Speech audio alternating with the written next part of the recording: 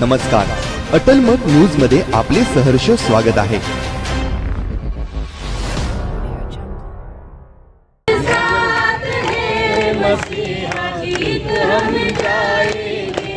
टाळ्या वाजवा साहेब, आपण टाळ्या वाजवा।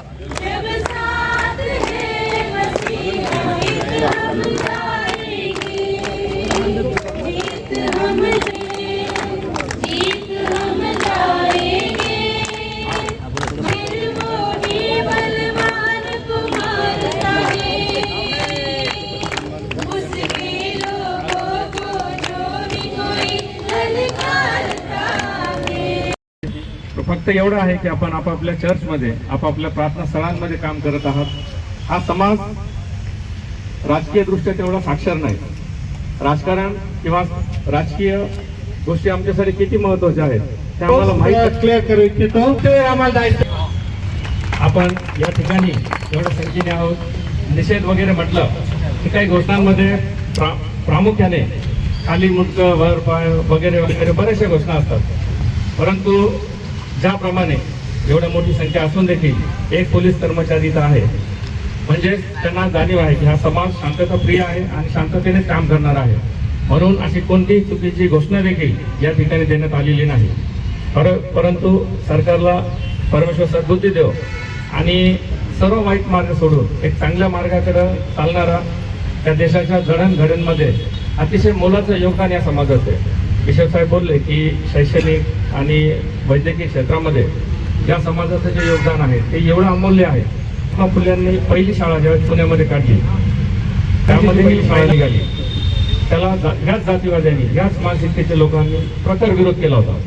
त्यावेळेला देखील मिशनरी लोकांनी त्यांना खूप मोठी मदत केलेली आहे आणि मग त्यांना असेच कट्टरवादी लोक त्यावेळेला बिशप म्हणायचे।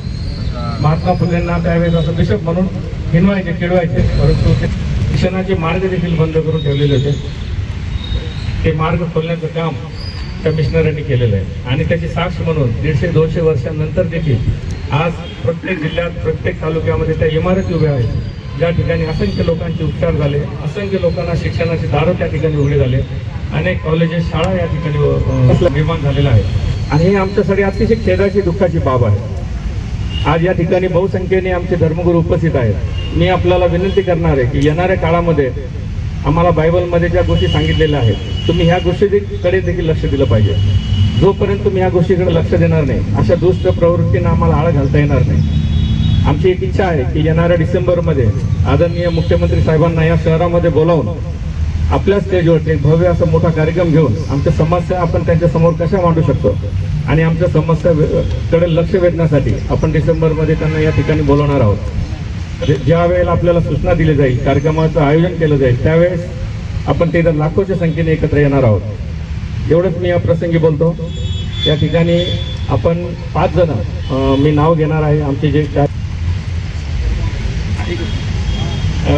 बिशप आर बी गायकवाड साहेब, बिशप अनिल धांके साहेब, बिशप हनोक देवकाते, बिशप प्रवीण बोरगे साहेब आहेत, त्याच्यानंतर प्रभाकर मस्के अंकल आहेत, रवींद्र निर्मळ अंकल आहेत, फिलिम दुशी अंकल आहेत, विजयश्री सुंदर दादा आहेत। या सर्वांनी आतमध्ये जायचं, आपण आतमध्ये निवेदन देणार आहात। तोपर्यंत आम्ही याच ठिकाणी रस्त्यावर उतरायची किती समाजाला वेळ आलेली काय असं काय गोपीचंद पडळकर या आमदाराने ख्रिस्ती समाजाच्या विरुद्ध गरळ हुकून जो सांगली या ठिकाणी प्रकार घडलेला आहे, ज्या महिलेने आत्महत्या केलेली आहे पारिवारिक कारणामधून किंवा जे इतर कुठलंही कारण असेल, ज्या कारणामधून त्या महिलेने आत्महत्या केलेली आहे त्या महिलेला च्या परिवाराला हाताशी धरून जो जातीय रंग देऊन त्या समाजाला टार्गेट केलं जात आहे। त्यामध्ये त्यांनी डायरेक्ट म्हणजे मारहाण करणाऱ्यापासून तर खून करणाऱ्या व्यक्तीपर्यंत असं एक बक्षीस जाहीर केलेलं 4 लाख, 6 लाख, 7 लाख, 11 लाख रुपये। तर हे सर्व समाज माध्यमांवर उपलब्ध आहे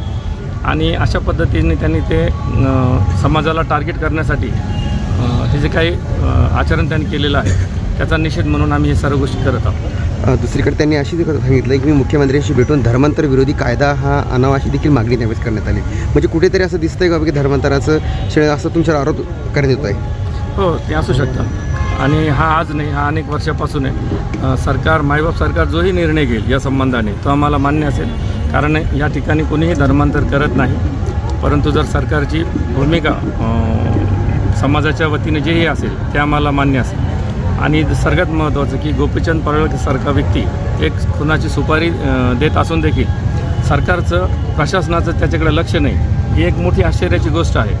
जर गोपीचंद पडळकरऐवजी विरोधी पक्षामध्ये असणाऱ्या कुठल्याही व्यक्तीने जर असं एखादं स्टेटमेंट केलं असतं तर आतापर्यंत तो जेलमध्ये असता. परंतु सरकारचं संरक्षण असल्यामुळं किंवा सरकारच बोलवतं धनी असल्यामुळं एक प्रकारे त्यांच्या माध्यमातून पडळकर अशा विकृतीपूर्वक भाषण करत आहे. आज निषेध आंदोलन केलं, पुढची भूमिका काय असणार? आज आम्ही निषेध आंदोलन केलेलं आहे. निषेध आम्हाला माहीत होतं की आम्ही कितीही रस्त्यावर आलो तर सरकार ऐकणार नाही. त्याच्यामुळं आज आम्ही प्राथमिक स्वरूपात हे निषेध आंदोलन केलेलं आहे. परंतु येणाऱ्या काळामध्ये त्यांनी ज्या ज्या पद्धतीने भाषण केलेलं आहे त्या सर्व गोष्टींना आम्ही तयार करून माननीय उच्च न्यायालयाकडे आम्ही त्याच्यासाठी दाद मागणार आहोत आणि त्याला शिक्षा मिळवण्यापर्यंत आम्ही शांत बसणार नाही. ओके सर, काय नाव सर आपलं? माझं नाव विजय निकाळजे, ख्रिस्ती कृती समिती, छत्रपती संभाजी.